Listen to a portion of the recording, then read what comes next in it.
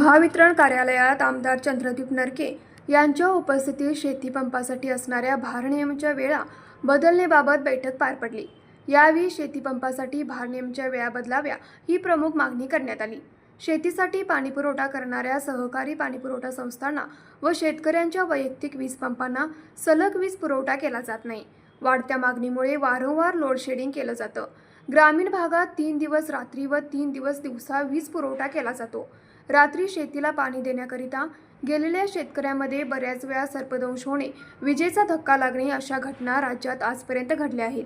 त्यामुळे पुरेशा प्रमाणात शेतीला पाणी न दिल्याने पिके, विशेषतः ऊस हे पीक पाण्याविना वाहिल्याने शेतकऱ्यांचे प्रचंड नुकसान होतं।